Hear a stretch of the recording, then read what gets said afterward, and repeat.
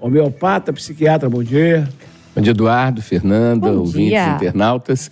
Eu fiquei bobo de ver os dados mais detalhados de Nossa Senhora da Conceição, que é a padroeira não só de Belo Horizonte, mas de Portugal e dos Estados Unidos também, Eduardo. E que Nossa Senhora Aparecida, a imagem que foi com o nome de Aparecida, porque foi encontrada, né, submersa, é de Nossa Senhora da Conceição.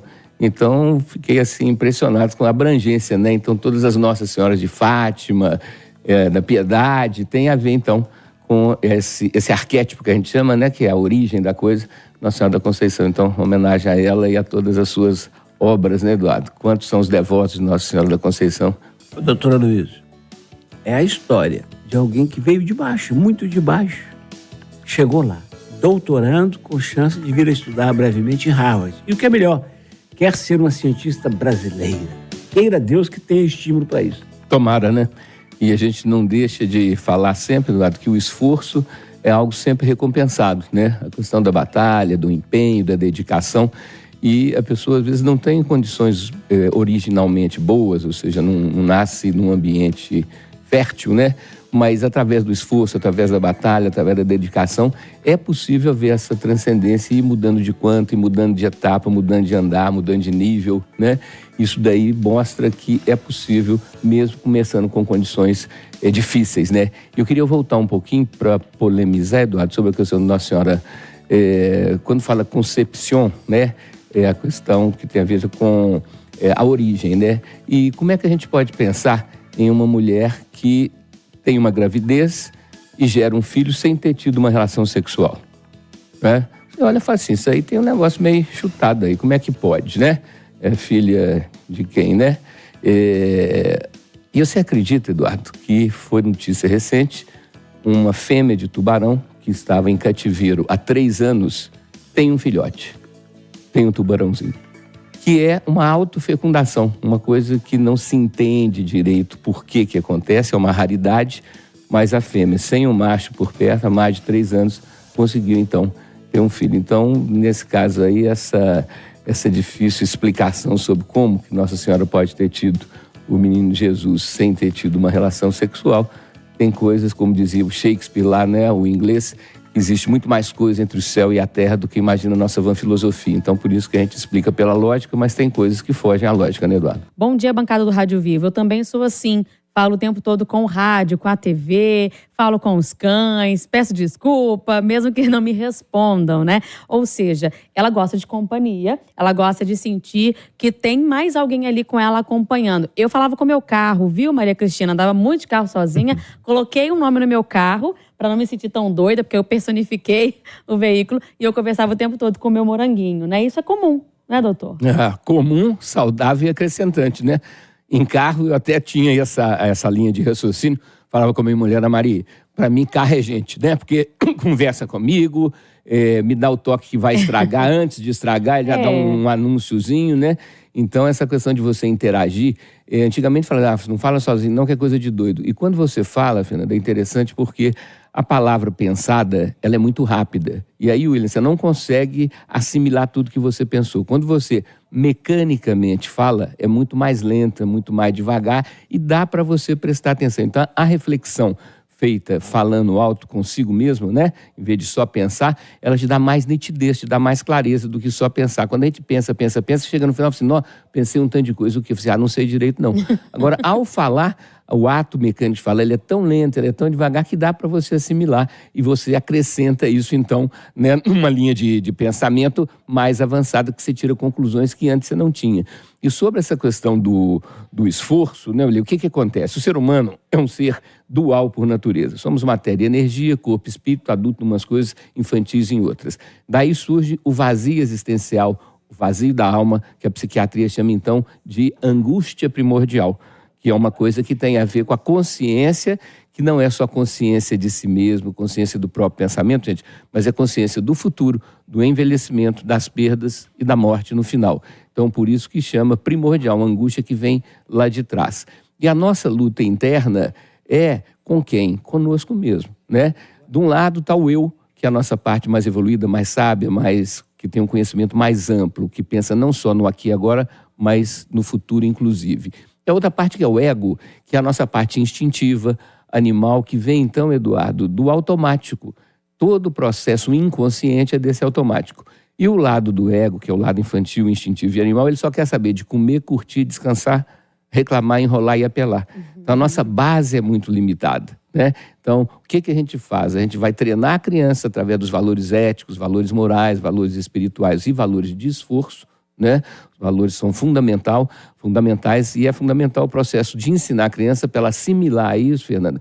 E ao longo da vida, toda vez que o lado infantil quiser prevalecer, você o domestica, você o controla. E essa luta é até na hora de morrer. Se na hora de a gente deixar o corpo físico, se o lado infantil prevalecer, nós vamos passar mais aperto do que precisava. Então o autoadestramento, o autoconhecimento, que é saber como você é, Fernanda. A autoobservação, saber como você está, na busca do autocomando. Então você faz essa jogada aí para poder tentar ser não só ator na peça da vida, mas também autor do script. Intervir no destino, isso aí, William, é fantástico. Meu caro Aloysio Andrade, quem bate esquece, quem apanha não. Engraçado, né? Porque é isso mesmo que acontece, né? Porque o agressor, ele muitas vezes está tomado ou por efeito de bebida ou de outra droga, ou tomado pela raiva, né? E esse estado de ira, esse estado de desconforto exagerado vai para aquilo que a gente estava comentando no intervalo sobre nossa parte animal, nossa parte instintiva, né? Então, o apelar tem a ver justamente com o processo inicial de defesa, mas depois a agressividade, que é um instinto, se transforma em violência e ela se retroalimenta, Fernando. Quando a gente está com raiva, quando você começa a xingar ou a bater em alguém, você vai sendo tomado de mais raiva, não traz alívio, não, sabe, Eduardo? Traz um tipo de aumento da intensidade daquilo e você fica incomodado porque o outro conseguiu te incomodar. Então vira uma guerra que não tem a lógica, não tem a razão, não tem isso que a gente chama de uma atitude mais humanizada, né? Então essa fala que o William fez eu acho que é fundamentalmente importante, que é não deixar a coisa tomar uma desproporção para chegar até um nível de tragédia, né? Tem que interromper no começo, Eduardo, porque qual que é a interrupção? E isso exige uma evolução da pessoa, né? Se separar, se distanciar, né? E procurar outro tipo de relacionamento. Por isso é que a gente entende que tudo que fica crônico, tudo que vai ficando velho, vamos dizer assim, aquilo vai tendo uma tendência a ser mais difícil para resolver. E do ponto de vista prático, essa mulher ficou livre do marido, né, ou do ex-marido, né, mas não vai ficar livre daquele sentimento que é um sentimento de desconforto, nem vou chamar de arrependimento, tá, Eduardo? Mas de desconforto de ter passado por aquilo. É a comparação que eu faço. De repente você está dirigindo seu carro com o maior cuidado, com o maior carinho, coisa, vem um motoboy, vem um ciclista e passa na sua frente e você não teve culpa e essa pessoa vem a falecer. Você não vai esquecer essa cena nunca mais, né? Então, do ponto de vista prático, nós temos que, o que for evitável, gente, nós temos que lutar para evitar, tá? Não vamos deixar a vida nos levar. Que a gente seja condutor desse processo, que a gente tome as rédeas da vida nas próprias mãos e fazer uma coisa, até a palavra bonita, Eduardo, ser protagonista na vida e não só um funcionário do destino. Eu acredito, não tenho informação concreta, que o Brasil ainda é a maior nação católica do mundo, embora esteja com os seus contatos. E o crescimento dos evangélicos, caro Aloysio, é, aos olhos de todos nós, dia e noite e dia. É o que a gente percebe, Eduardo, aqui, as instituições, sejam governamentais, não governamentais ou mistas, elas são humano-dependentes, elas dependem de quem está comandando, de quem está sendo o maestro da coisa. E o que acontece é que a Igreja Católica perdeu um timing porque ficou muito repetitiva, ficou uma coisa muito assim, vamos dizer, devagar, né? Só aquela coisa de ir à missa no domingo, um dia por semana. E os evangélicos, eles têm mais veemência, eles têm mais convicção. E eles têm, então, essa dedicação como sendo algo que faz parte da sua essência, né?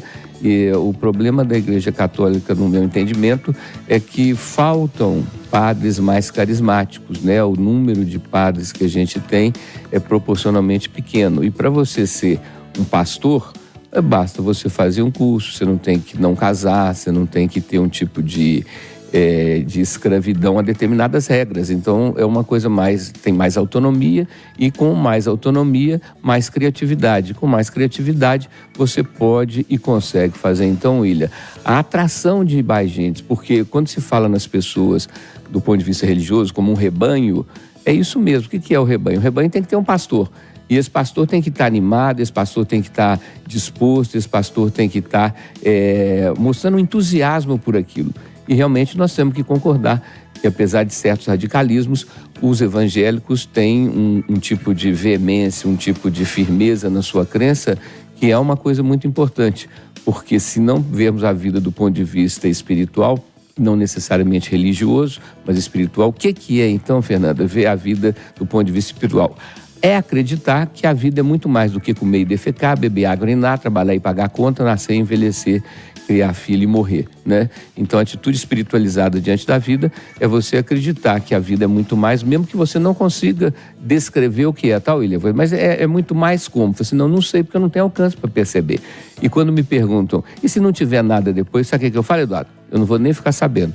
É preferível acreditar do que não acreditar. Doutor Aloísio, essas práticas diferentes, de alguma forma, todas elas juntas contribuem? Ou esse caminho que a gente está seguindo de acabar tendo mais uma religião do que outra pode ser não interessante para a sociedade como um todo? Isso daí é uma coisa compreensível, Fernanda, né? Varia, tem uma oscilação. A física diz que todos os fenômenos que se conhecem na natureza têm uma respiração. A expansão e o recolhimento, o desenvolvimento e o retraimento. Então, essa variação é saudável, é desejável, né? Seria terrível uma única religião que no Egito tinha a questão do monoteísmo, todo mundo tem que acreditar na mesma forma de Deus. Os indianos, que foram a primeira civilização que fizeram reflexões filosóficas mais profundas, eles entendem que o corpo físico, Fernanda, é um templo onde Deus habita como em nenhum outro lugar. E que você cuidar da saúde, você cuidar da higiene, você cuidar da sua estética, da sua aparência, é uma forma de honrar a Deus. Então, eles vivenciam a relação com o plano espiritual como uma coisa contínua. Não é uma exceção, não é um dia que eu vou à igreja, não é um dia que eu tenho uma atitude cristã. É um contínuo.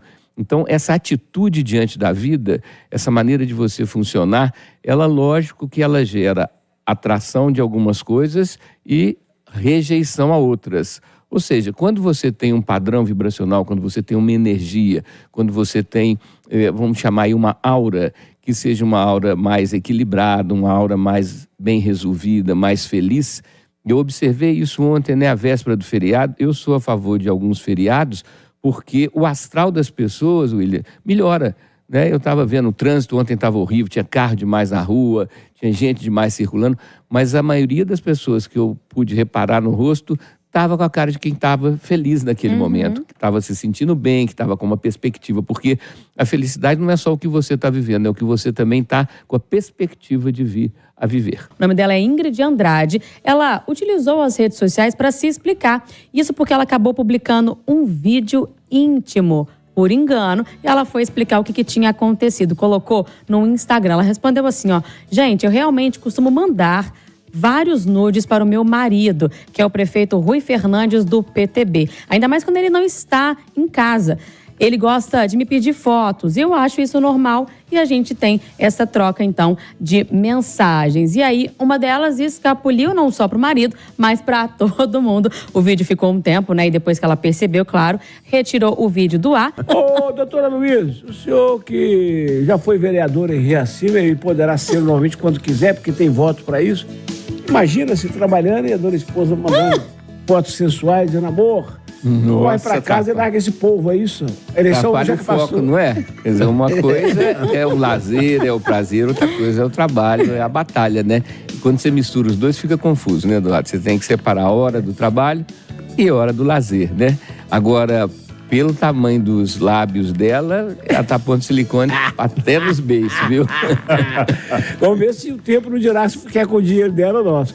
Ô, doutor, até sexta que vem, se Deus quiser. Deus quiser, desejando aos ouvintes, aos internautas da Itatiaia, esse clima de alegria que eu percebi ontem e hoje pela manhã. Temos que aproveitar a vida, gente, para ser feliz, né?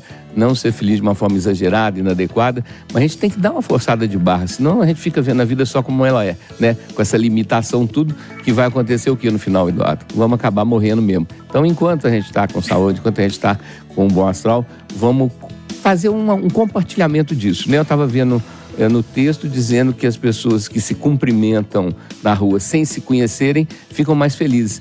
Essa é uma sugestão que eu faço, a gente falar um bom dia, falar como vai, né? Fazer uma interação, não de parar para ficar conversando, mas você não passar batido pelo outro como se ele nem existisse. Então somos animais gregários, somos animais de bando, precisamos de um coletivo, mesmo que não seja com intimidade, mas que seja então com fraternidade. Então, ótima semana aí para todo mundo, que começa no domingo, né? Porque amanhã é o último dia da semana, sábado.